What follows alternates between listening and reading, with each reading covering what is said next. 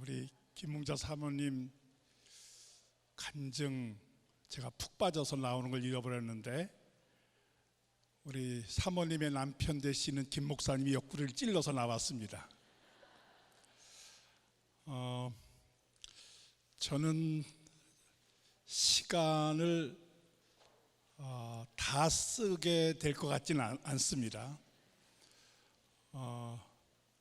제가 지금까지 저 강의하신 분들이 너무 열정적으로 강의를 하셨기 때문에 저는 좀 읽으려고 합니다. 좀 차분하게 좀 읽으면서 정리할 생각인데, 제가 이 내용을 만들 때는 이런 순서가 있을 거라고는 상상을 못하고 만드는 거 잘 아시죠? 그런데 그 내용이 정리하는 내용이 되어서 너무 감사합니다. 어쩌면 하나님께서 이 강의 순서마저도 하나님께서 그렇게 만들어 주셨다 생각이 들어서 감사드리고요. 내용을 제가 읽겠는데 중간중간 보충 추가할 내용을 제가 설명드리려고 합니다. 하나님께서 추가할 내용을 막으시면 짧아질 것이고, 그 내용이 많아지면, 허락하시면 시간 넘길 수도 있겠습니다. 우리 김웅자 사모님 표정이 별로 안 좋으신데 하나님께서는 질서의 하나님이라 그렇게 할 것 같지는 않고요, 잘 적절하게 할 것 같습니다. 5시 2분 제가 시작하는 시간을 확인을 했습니다. 제목은 우리가 알아야 할 이스라엘의 3가지 신비입니다. 이 가운데 첫 번째, 두 번째는 성경에서 말하는 신비, 직접 얘기하는 신비인데, 마지막 3번째는 성경의 근거를 둔 어플리케이션입니다. 적용입니다. 그런데 그 적용의 대상이 한국교회예요.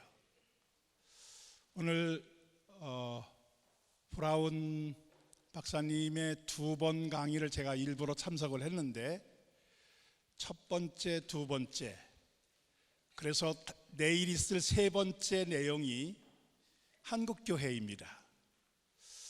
저는 제가 그분의 이 흐름에 한 몫을 했다고 하는 것에 대한 감사가 제게 있습니다. 그런 점에서 오늘 3번째, 성경의 근거를 두지만 현대적 적용이라고 하는 차원에서의 오늘날 한국교회와 관련된 신비 이야기를 내일 마지막 브라운 박사님의 강의로 가는 중간 디딤돌 역할을 할 수 있어서 저는 너무나 감사하게 생각을 하고 있습니다. 책을 다 가지고 계시니까요, 책자에 제 내용이 들어 있습니다. 서론입니다. 바울은 본문에서 로마서 11장 25절, 아마 브라운 박사님도 몇 차례 말씀하신 내용이죠.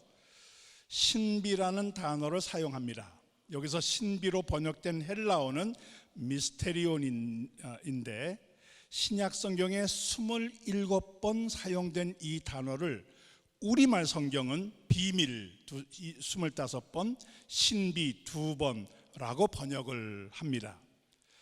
미스테리오는 하나님이 드러내실 때까지 알려지지 않은 하나님의 비밀을 뜻합니다. 이 신비는 성육신하신 예수 그리스도의 생애 자체를 지칭하는 용어이기도 합니다. 바울이 본문에서 강조하는 신비의 내용은 이스라엘과 관련된 하나님의 섭리 역사 속에 나타난 내용입니다. 그것은 천주교에서 강조하는 성만찬 제도, 특별히 신비란 말을 많이 사용하죠. 개별화 혹은 내면화된 신비주의 영성과는 구별됩니다. 바울이 강조한 신비는 이스라엘을 향하신 하나님의 구원 역사를 의미합니다. 이스라엘의 구속 역사와 관련된 하나님의 신비는 다음과 같이 세 가지로 나눌 수 있습니다.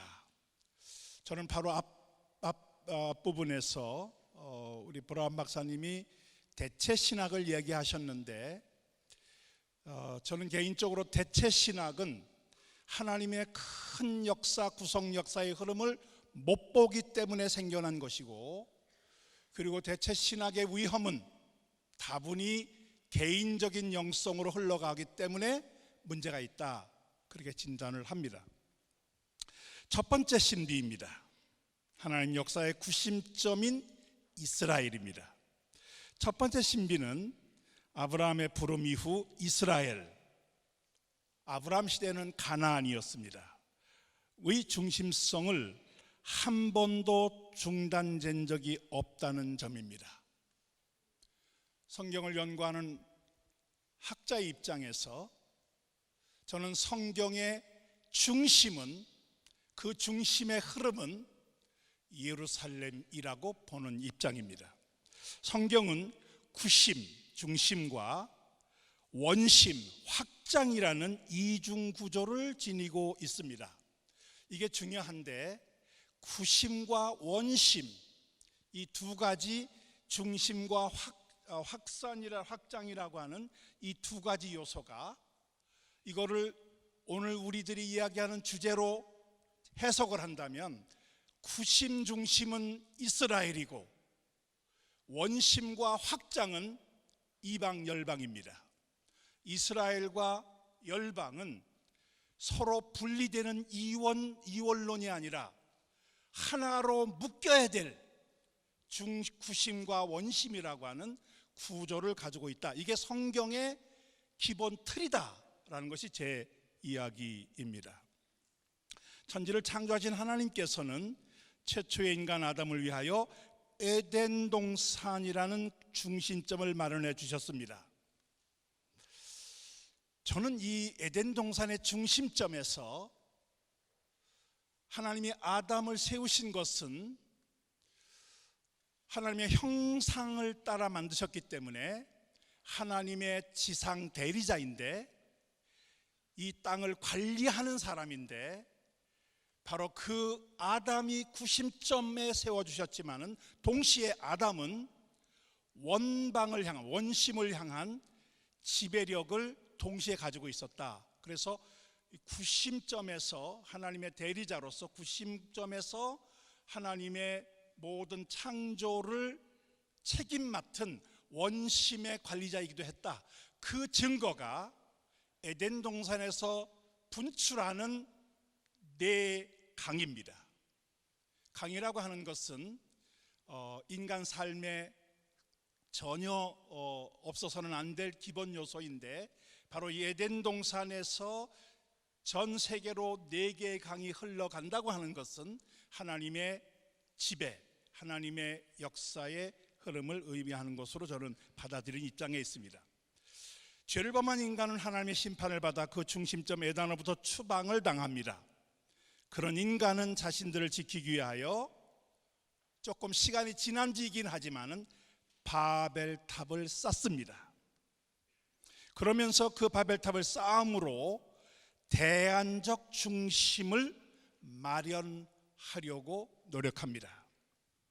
그런 인간은 자신을 지키기 위하여 바벨탑을 쌓음으로 대안적 중심점을 마련하려고 한 것입니다. 그러나 그것은 하나님 뜻에 대한 저항이었고, 그 결과 인간은 다시 심판을 받아 사방으로 흩어지게 됩니다. 인간은 자력으로 자신을 위해 만들었던 중심점을 상실한 것입니다. 놀라운 것은 그런 흩어짐의 과정이 있은 다음, 잘 아시는 대로 창세기 12장에서 아브라함을 우르와 하란에서 가나안으로 불러내십니다. 그 이후 가나안 땅은 이스라엘 영원한 고향 중심지가 되는 것이죠. 가나안 땅은 이스라엘의 중심지만이 아닙니다. 그것은 오히려 하나님 역사의 새로운 중심지라는 의미가 우선적입니다. 바벨탑을 쌓아서 흩으신 하나님의 심판을 극복하려고 대안적 중심점을 만들려고 했던 바로 이 인간의 노력을 하나님이 흩으신 다음에 하나님이 하나님 방법대로 새로운 중심을 만드신 게 아브라함의 부름이다.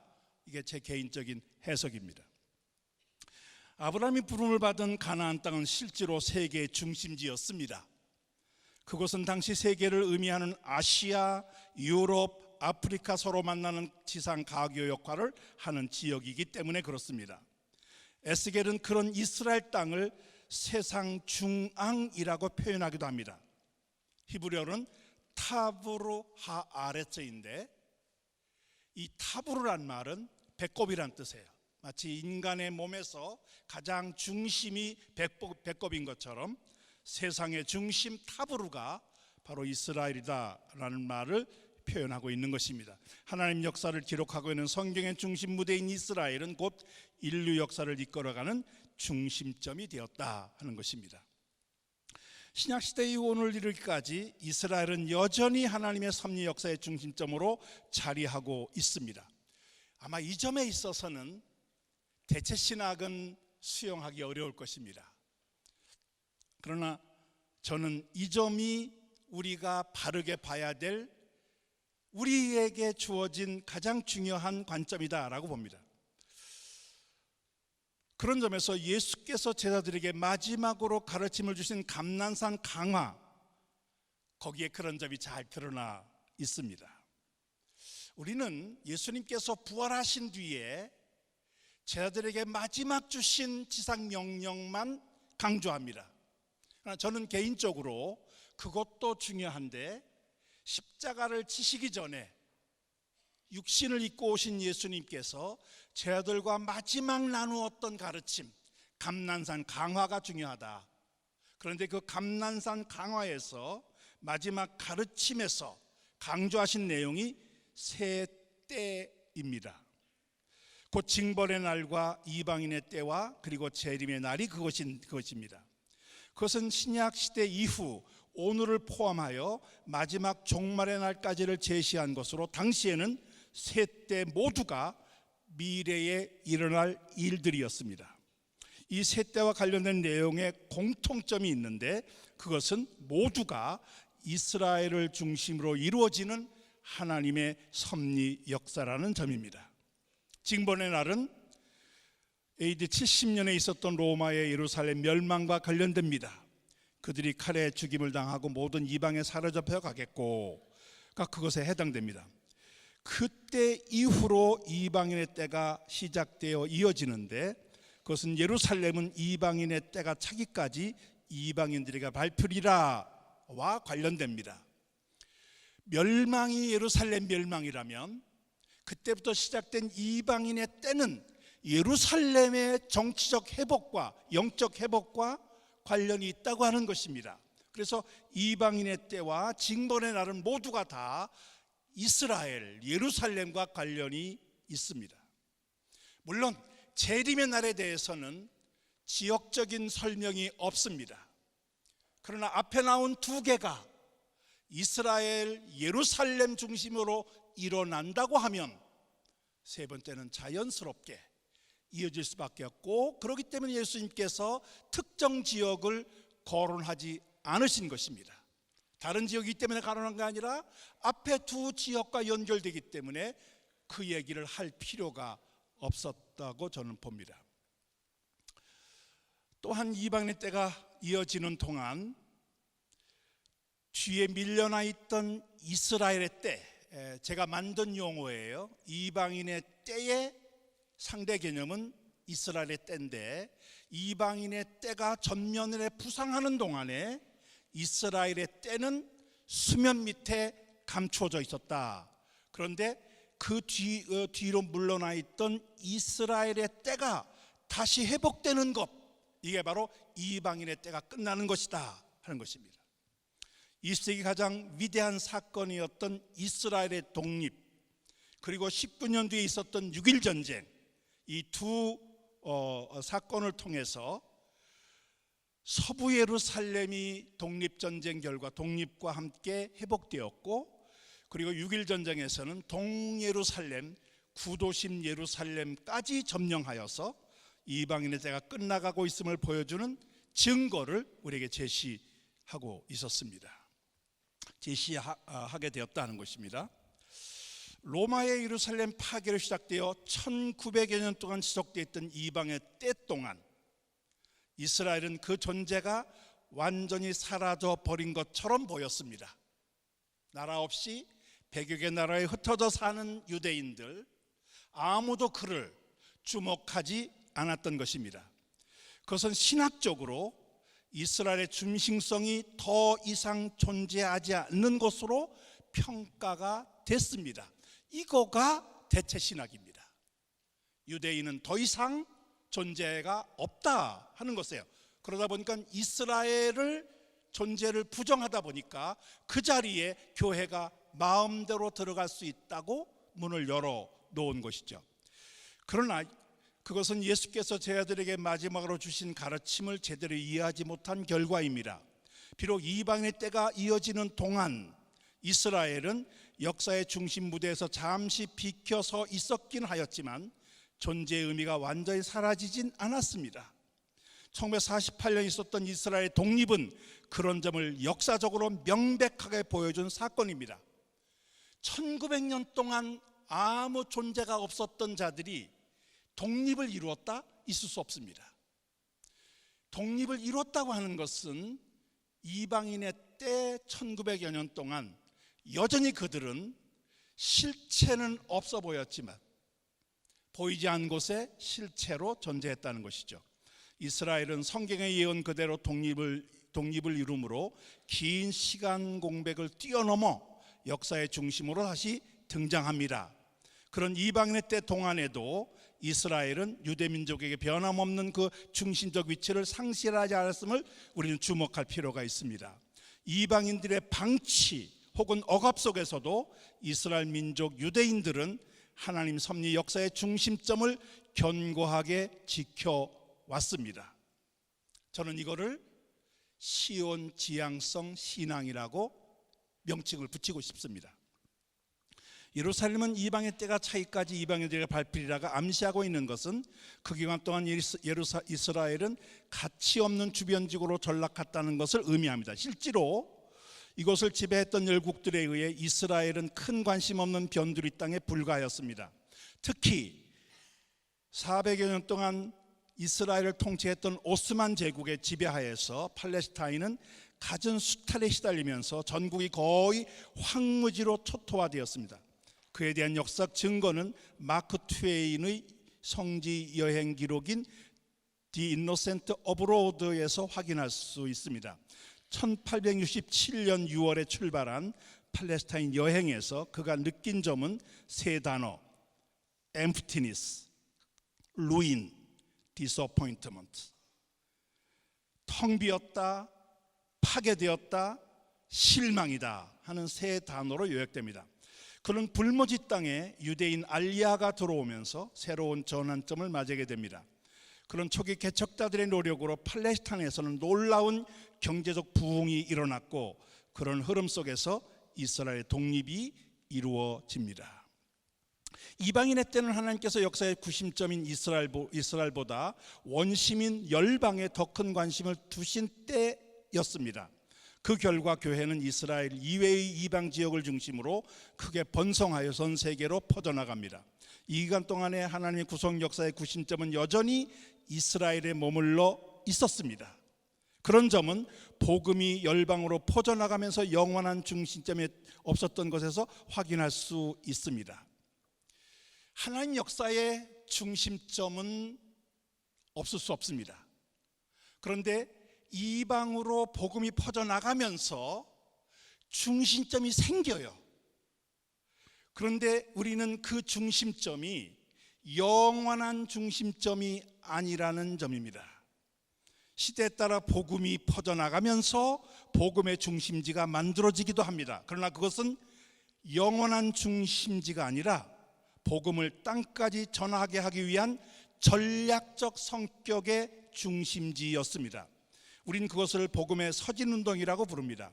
복음의 그런 확장 과정에서 자연스럽게 중심점이 형성되기도 했지만 그것은 또 다른 중심을 향해 옮겨져야만 했습니다. 소아시아를 비롯한 유럽 여러 나라에서 우리가 볼 수 있는 것은 영원한 복음의 중심지가 아니라 지나간 역사의 중심지 흔적들만 볼 수 있는 것도 그런 이유 때문입니다.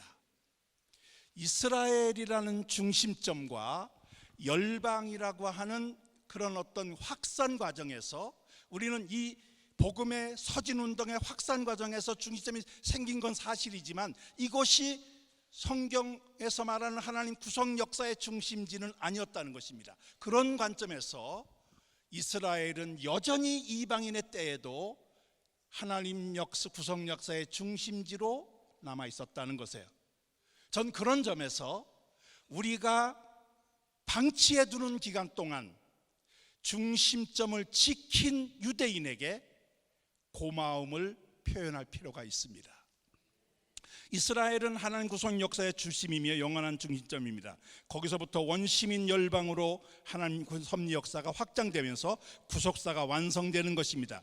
구심과 원심이라는 이런 성경의 구조적 틀은 바울이 강조한 먼저는 유대인에게요 그리고 헬라인에게로다 이해해도 그대로 적용될 수 있습니다. 그동안 학자들은 이 기조를 놓고 열띤 논쟁을 벌였습니다. 유대인 우선순위에 대한 이들의 논점은 크게 두 가지 입장으로 나누어집니다. 하나는 과거에 그러했음을 강조하는 역사적 단절의 입장입니다. 과거에는 그랬다는 거예요. 그러나 지금은 아니라는 입장입니다. 또 다른 하나는 지금도 여전히 유대인의 우선순위가 지속되고 있음을 강조하는 연속성의 입장입니다. 여기서 우선순위라는 관점보다는 구심이라는 관점이 더 적절하지 않나 하는 게 제 제안입니다. 운동력을 지니고 있는 역사의 흐름은 구심과 원심의 균형 속에서만 가능합니다. 그렇죠? 구심과 원심의 균형이 맞춰져야 원운동이 가능한 것을 우리는 잘 알고 있습니다. 둘 중 어느 하나도 빠져버리면 운동력이 상실되기 때문입니다. 복음은 하나님 구원 역사의 구심인 이스라엘에서 시작하여 원심인 열방으로 확산되었습니다. 그러나 출발지인 이스라엘은 흔적만 남아있는 지나간 과거의 유적지가 아닙니다. 오히려 그 원심력을 만들어주는 여전히 살아있는 구심입니다. 그래서 바울은 먼저는 유대인에게요라고 한 다음 헬라인에게로다라고 한 것입니다. 결국 바울은 구심과 원심처럼 유대인과 헬라인이 서로 분리될 수 없는 하나임을 강조한 것이 이 표현이라고 저는 해석을 합니다. 여기서 중요한 것은 중심을 이루는 구심은 하나이지만 사방으로 퍼져나가는 원심은 복수라는 점입니다. 그래서 유대인은 단수로 표현되고 있고 헬라인으로 표현된 이방인은 복수로 제시되어 있습니다. 아나니아가 바울이 다메섹 가는 길에 예수를 만난 뒤에 그의 눈이 이제 앞을 보지 못하는 상황이었는데 아나니아를 보내면서 바울의 사명을 이렇게 일러줍니다. 내 이름을 이방인과 임금들과 이스라엘 자손에게 전하기 위하여 택한 나의 그릇이다. 저는 바울에게 이방인 거기에 플러스 임금들, 그러니까 이방인과 리더들이라고 하는 이 한 짝을 강조하면서 거기에 이스라엘 자손들이라는 게 추가된 게 저는 의미 있다고 봅니다. 바울에게 있어서는 구심과 원심의 이 구조가 여전히 유효했다는 뜻입니다. 사도행전에 보면 그가 마지막 3차 전도 여행을 마친 다음에 로마로 가기 전에 예루살렘으로 올라가고 싶어 합니다. 그것도 구심에 대한 바울의 어떤 그 관심이 있었다 그렇게 보여집니다. 두 번째 신비입니다. 이방인의 충만한 수가 차기까지 이스라엘의 우둔함이라고 하는 로마서 11장 25절 내용입니다. 두 번째 신비는 본문에서 바울이 강조한 신비입니다. 바울이 강조한 신비의 내용은 이방인의 충만한 수가 들어오기까지 이스라엘의 더러는 우둔하게 된다 하는 점입니다. 여기서 말하는 우둔함이란 영적 무감각을 의미하는 것으로 구체적으로는 예수를 메시아로 받아들이지 못한다는 뜻입니다. 그것은 지난 2000년간 유대 민족이 예수를 제대로 보지 못하고 받아들이지 못한 것은 그들의 잘못도 있겠지만 그것과 함께 하나님께서 미리 설정해 놓으신 섭리 역사라는 것입니다. 그것이 바울이 강조한 신비입니다. 바울은 같은 장에서 감람나무의 원가지가 잘려나갔고 그 자리에 돌감나무 가지인 이방인들이 접목되어 영적 풍성함을 얻게 되었다, 그렇게 강조합니다. 로마서 11장 12절입니다. 그들의 넘어짐이 세상의 풍성함이 되며 그들의 실패가 이방인의 풍성함이 되었다. 그러나 그것은 영구적인 것이 아니라 하나님의 때 곧 이방인의 충만한 수가 들어오기까지인 것입니다. 하나님께서 이스라엘을 다시 접으시겠다는 것입니다. 성경은 그럴 능력이 하나님께 있음을 강조합니다. 그들이 믿지 아니하는 데 머무르지 아니하면 접붙임을 받으리니 이는 그들을 접으실 능력이 하나님께 있음이라. 로마서 11장 23절. 여기서 중요한 것은 이스라엘을 원가지에 다시 접붙이는 일이 그들 자신이나 이방인 우리에게 있는 것이 아니라 오히려 오로지 하나님께 있다는 점입니다. 그래서 이스라엘의 영적 회복은 하나님께서 이루실 신비라는 것입니다. 그렇다고 우리의 역할이 없다는 게 아닙니다. 하나님의 주도권 아래 우리가 그 일을 함께 이루어가는 파트너로 동참한다는 것이지 우리가 그것의 주역이 된다는 것은 아니라 하는 것입니다. 에스겔은 골짜기의 마른 뼈들이 다시 소생하는 과정을 두 가지로 제시합니다. 에스겔 37장 4라는 말씀이죠. 첫 번째는 흩어진 마른 뼈가 모이고 그 위에 살과 가죽이 덮이는 과정입니다. 그러나 그것들은 사람의 형체를 갖추긴 해서 여전히 생명이 없는 시체 더미에 불과합니다. 생기를 풀어놓은 두 번째 단계를 거치면서 마른 뼈들은 살아있는 큰 군대를 이룹니다. 그런 에스겔의 환상은 이스라엘 독립에서 그대로 드러납니다. 1948년의 이스라엘 독립은 정치적인 것이에요. 그래서 마른 뼈들이 모이고 그 위에 살과 가죽이 덮이는 모습이라고 할 수 있습니다. 그 이후 메시아는 유대인 교회를 통하여 영적 회복은 생기를 인하여 큰 군대를 이루는 과정이라 할 수 있습니다. 독립 당시 10가정 정도, 우리 김섭 박사님은 23명 정도였다고 말씀을 하셨습니다. 그리고 예수 믿는 유대인 수가 어떤 그 수가 지속적으로 급증하면서 지금은 그 수가 3만에서 5만까지 확대되었다고 평가를 그렇게 지금 이야기를 합니다. 메시아닌 유대인 신학교인 이스라엘 칼리지 오브 더 바이블은 인터넷 방송을 통해 히브리어 신약 성서 낭독과 설교 및 간증 등을 24시간 방송하고 있습니다. 인터넷을 통해 모두에게 복음이 아무런 장애 없이 전달되고 있는 셈입니다. 그 결과 복음을 듣고 예수께 돌아온 유대인들이 지속적으로 증가하고 있습니다. 그것은 바울이 강조한 유대인의 우둔함이 풀리고 있다는 명백한 증거입니다. 그리고 그것은 이스라엘의 충만한 수가 들어오고 있다는 의미이기도 합니다. 그러니까 하나님께서 설정해 놓으신 타임 테이블에 뭔가 새로운 변화가 일어나고 있다라고 하는 사인이라는 것이죠. 오늘날 우리는 이방인의 때를 끝내는 이스라엘의 정책 회복과 함께 영적 회복을 동시에 경험하고 있습니다. 하나님께서 열어주시는 섭리 역사의 신비를 직접 목격하고 있는 셈입니다. 이스라엘 영적 회복은 그들만을 위한 것이 아닙니다. 그것은 오히려 이방인의 풍성함을 더욱 온전하게 하기 위한 하나님의 섭리이기도 합니다. 바울은 그런 점을 로마서 11장 12절에서 명백하게 제시하고 있습니다. 그들의 넘어짐이 세상의 풍성함이 되며 그들의 실패가 이방인의 풍성함이 되거든 하물며 그들의 충만함이리요. 요약해서 말하지만 유대인이 넘어지고 실패한 것이 이방인들에게는 풍성함이 되었는데 그들의 회복이, 그들의 충만함이, 다시 접붙임이 이방인들에게는 더없이 큰 영적인 풍성함, 축복이 된다는 것입니다. 우리가 이스라엘에 주목해야 될 이유는 그 풍성함을 더 얻고자 하는, 우리의 영적 욕망도 들어 있습니다. 우리 민족이 더 큰 축복을, 영적 축복을 받으려면 이 구조를 제대로 이해해야 한다 하는 것입니다. 이스라엘의 넘어짐과 실패가 세상과 이방인의 풍성함이 되었듯이 이스라엘 영적 회복은 더욱더 세상과 이방인을 풍성하게 한다는 것입니다. 그것은 가지가 뿌리를 보존하는 것이 아니라 뿌리가 가지를 보존하기 때문이기도 합니다. 이스라엘은 참 감람나무의 뿌리와도 같은 존재입니다.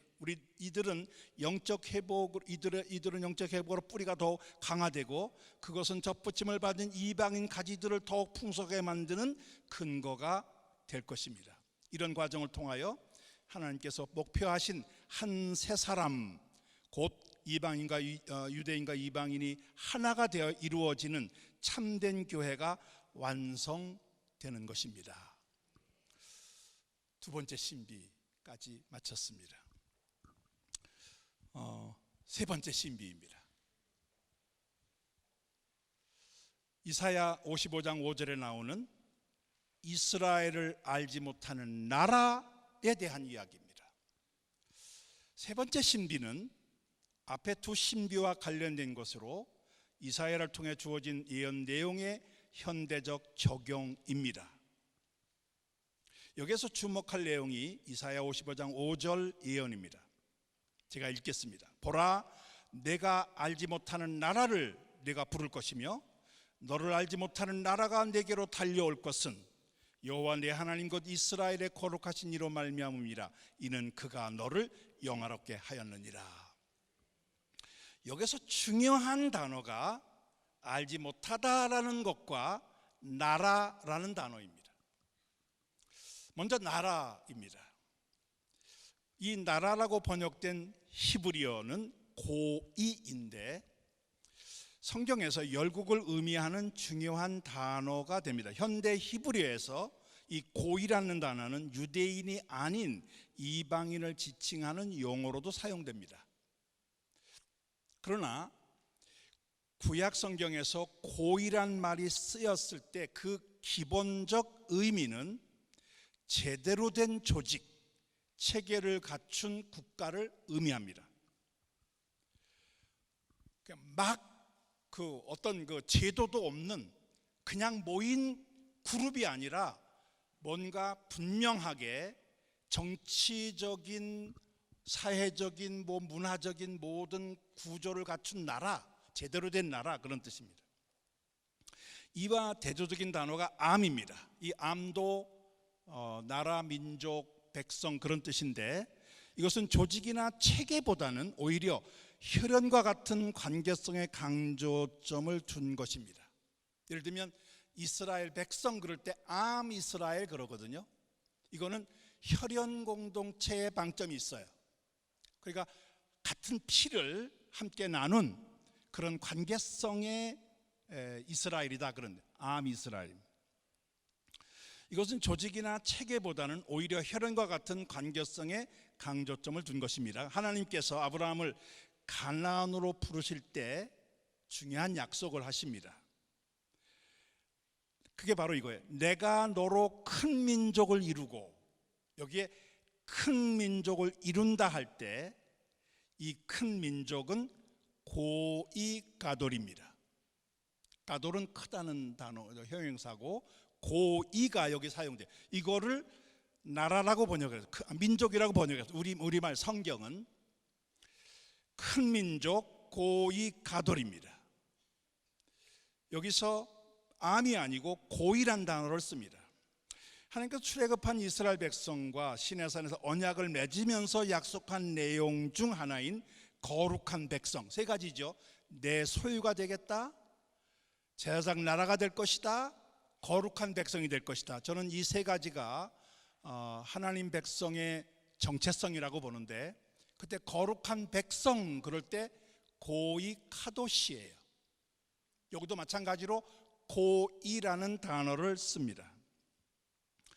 이것은 이것도 백성도 암이 아니라 고이입니다. 하나님께서 아브라함의 후손들에게 약속하신 것은 관계성만을 강조한 혈연 공동체가 아니라 제대로 체계를 갖춘 강력한 나라, 국방력도 있고 경제력도 있고 다른 나라에 내놓았을 때 전혀 허술하지 않은 사회 국가 체제가 분명한 나라, 이게 하나님께서 아브라함과 출애굽한 이스라엘 백성들에게 의도하신 계획이라는 것입니다.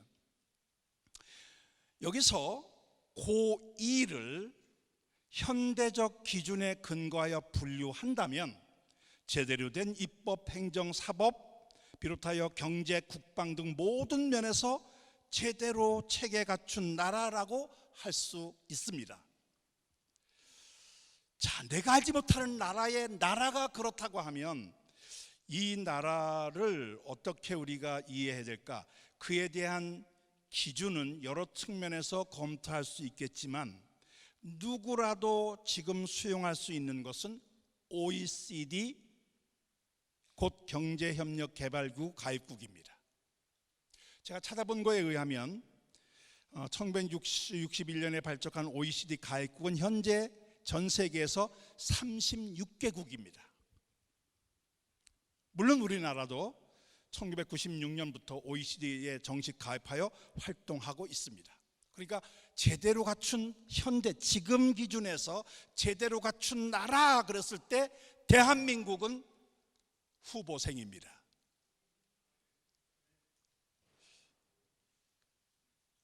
저는 여러분들에게 억지로 어떤 동의를 구하는 게 아니라 아주 합리적인 그런 말씀을 드리는 것입니다. 우리가 주목할 또 다른 단어가 알지 못하다입니다. 여기서 알다 해닥하는 히브리어 야다, 잘 아시는 내용이죠. 히브리어 야다는 단순한 정보, 인포메이션, 습득 차원의 지식을 의미하지 않습니다. 그것은 경험에 근거를 둔 구체적인 알미인데 성경은 남자 여자가 동침하는 것을 야다아라고 표현합니다. 그렇다면 여기서 너를 알지 못하는 나라는 무엇을 의미할까? 그것은 유대민족과 함께 살아본 경험이 없는 나라를 뜻합니다. 함께 공동체가 존재하지 않은 나라, 함께 살아보지 않은 나라.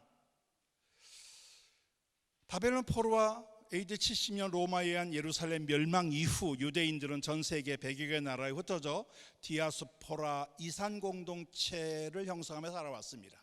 그러니까 전 세계에 흩어져 살았어요.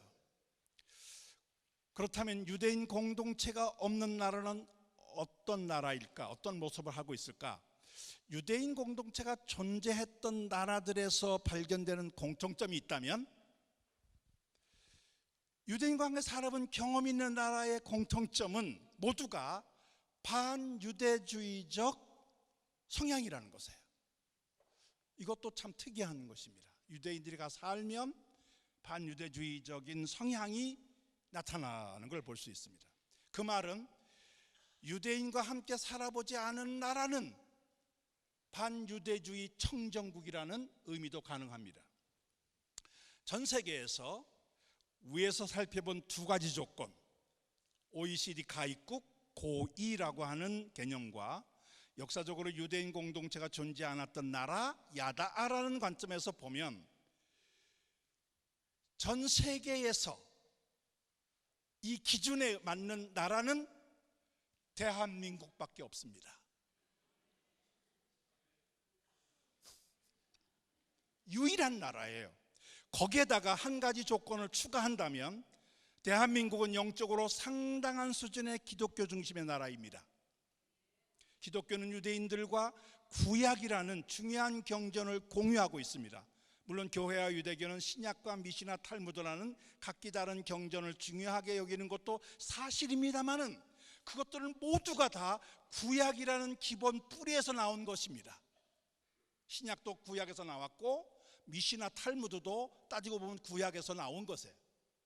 그런 점에서 거슬러 올라가면 대한민국 기독교가 이렇게 발전한 우리 대한민국과 이스라엘은 구약이라는 경전에서 만날 수 있는 여지가 너무나 많습니다.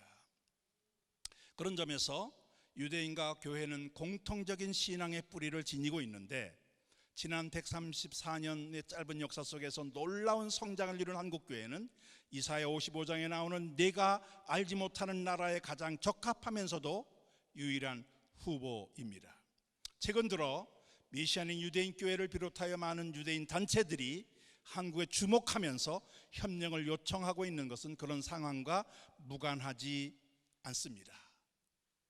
오늘 두 차례 앞서 주제 강연을 해주셨던 브라운 박사님, 다른 데서 요청하면 안 갔는데 대한민국 한국교회가 요청해서 왔다는 이야기는 이거는 그냥 넘길 이야기가 아닙니다. 하나님께서 이미 대한민국을 향한 섭리 역사의 신비가 열리기 시작했다 하는 사인입니다. 이사야 본문에서 이스라엘이 먼저 내가 알지 못한 나라를 부른다고 되어 있습니다. 먼저 러브콜을 한다는 거예요. 우리 한국교회가 잠잠하고 있을 때, 지금은 많이 깨어나고 있는데 그 이전에 유대인 메시아닌 유대인들도 포함해서 유대인 기관들이 한국을 향하여 너무나 많은 러브콜을 해왔습니다. 그리고 나서 내가 알지 못하는 나라가 이스라엘로 달려갈 것을 제시합니다. 우리가 러브콜을 받았으면 적절한 대응을 해줘야 성경의 예언이 성취되는데 이제는 우리가 달려갈 때가 되었다. 그런데 이 모든 일이 여호와 내 하나님 곧 이스라엘 거룩하신 이로 말미암은 것이라고 강조합니다. 우리가 하고 싶어하는 게 아니라 하나님께서 하시는 일이라고 하는 의미입니다. 그것은 인간의 노력이나 계획에 의한 것이 아니라 하나님 뜻에 따른 것임을 의미합니다. 말미암은이라고 번역된 히브리어 네마아는 하나님께서 목적을 가지고 의도적으로 행하시는 것을 뜻합니다.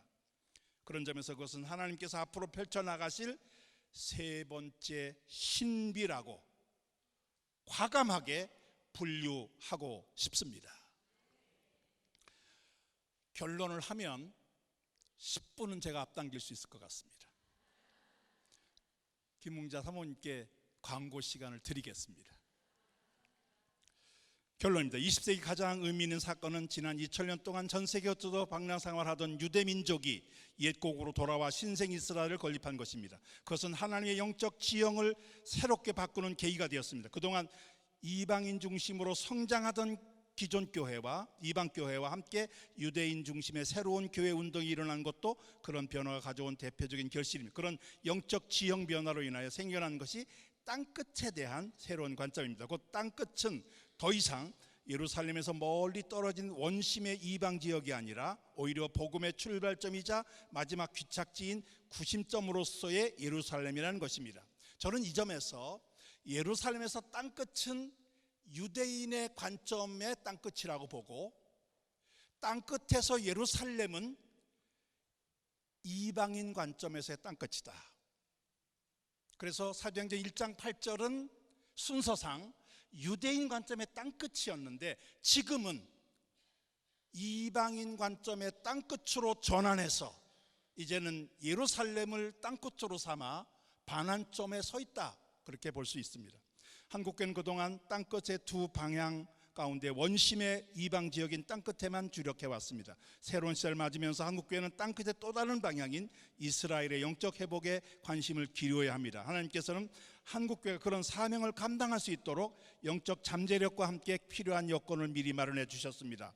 바른 방향으로 자세만 바꾼다면 한국교회는 가장 효율적으로 이스라엘의 영적 회복에 기여할 수 있을 것입니다. 무엇보다 한국교회는 반유대주의와 연관하여서는 청정지역입니다. 한국교회는 짧은 역사에도 불구하고 그동안 모든 민족에게 복음을 전하는 땅끝 선교에 전심전력을 기울여 왔습니다. 그 결과 미국 땅으로 많은 선교사를 파송한 선교 대국으로 성장합니다. 이스라엘의 독립으로 땅끝 개념의 이방인을 향한 원심에서 복음의 출발지인 구심점인 예루살렘과 균형을 이루는 새로운 선교 시대를 맞이하게 됐습니다. 그에 따라 한국교회는 원심의 이방 선교와 함께 구심의 이스라엘 선교에 더욱 관심을 가져야 합니다. 그것은 한반도 평화 통일을 선물로 주실 하나님께서 우리를 부르시는 시대적 사명이기도 합니다. 한국과 이스라엘은 아시아와 극동과 아시아의 극동과 극서에 위치하고 있다는 점에서 지정학적 중요성을 지니고 있습니다. 아시아는 땅끝을 향하여 서진하는 복음의 마지막 반환점인데, 그 전환점에 가장 동쪽에 한국이 있고 그 마지막 종착점에 이스라엘 예루살렘이 있습니다. 한국과 이스라엘은 2차 세계대전 이후 독립을 이룬 많은 나라 가운데 선진국에 진입한 특별한 두 나라입니다. 두 나라는 같은 해에 독립과 정부 수립을 하였다는 역사적 공통점도 지니고 있습니다. 성격이 다르긴 하지만 해결해야 될 지역 갈등, 팔레스타인과의 평화정착, 남북 통일의 과제를 안고 있다는 점에서 같은 운명과 과제를 가지고 있는 같은 시대를 살아가는 역사적 동반자입니다. 한국교회가 이스라엘 선교에 더욱 관심을 가져야 할 이유는 역사적으로 한국은 반유대주의 경험이 없다는 점입니다. 서구 기독교 역사는 그 자체가 유대인을 적대시하는 반유대주의로 점철되어 왔습니다. 이스라엘 독립 이후 급성장을 거듭하고 있는 유대인 교회가 기독교인이라는 명칭 대신 예수화를 메시아로 믿는 자라는 뜻으로 메시아닉이라는 용어를 사용하고 있는 것도 그런 이유 때문입니다. 그러나 이태하 대전 중에 있었던 홀로코스트는 나치 정권에 의하여 더구나 나치 정권에 의해 자행된 만행이었지만 그 배후에는 독일 교회의 동조가 있었다는 것은 너무나 잘 알려진 사실입니다. 그에 비하여 한국과 한국교회는 반유대주의를 경험할 기회조차 가지지를 못했습니다. 그런 점에서 한국교회는 영적으로나 정서적인 면에서 이스라엘 선교를 어려움 없이 감당할 수 있는 이점을 지니고 있습니다. 최근 들어 이스라엘의 유대인 메시아닉 교회들이나 유대인 선교단체들이 한국교회에 큰 관심을 갖고 있는 것은 그에 대한 명백한 증거입니다. 이스라엘을 향한 하나님의 신비가 열리는 이때에 대한민국과 한국교회는 이스라엘의 부름과 그의 적절에게 대응할 새로운 사명을 부여받았습니다. 하나님께서 아브라함을 축복하는 자를 축복하신다고 약속하셨습니다. 또한 예루살렘을 위하여 평안을 구하라, 예루살렘을 사랑하는 자는 형통하리로다 축복도 주어져 있습니다. 한국교회가 아브라함의 후손 이스라엘을 사랑하며 그들의 온전한 회복을 위하여 기도한다면 약속대로 놀라운 축복을 경험할 것입니다. 그럴 경우 우리에게 주어질 축복은 어떤 내용일까? 그것은 각자에게 주어지는 개별적인 축복이기보다는 적어도 여기 앉아 계신 여러분들이 내 개인적으로 이런 복을 받고 싶다는 그런 어떤 기도 제목을 내려놓으시고, 그 축복은 개별적인 축복이기보다는 대한민국 전체에게 주어질 큰 개념의 축복, 그것은 현재 우리 모두가 염원하고 있는 한반도의 평화 통일입니다. 그런 점에서 한반도의 안정과 평화 통일을 앞당기는 길은 한국교회가 이스라엘 회복을 위하여 함께 힘을 모아 협력하며 기도하는 일이다. 마지막 결론입니다.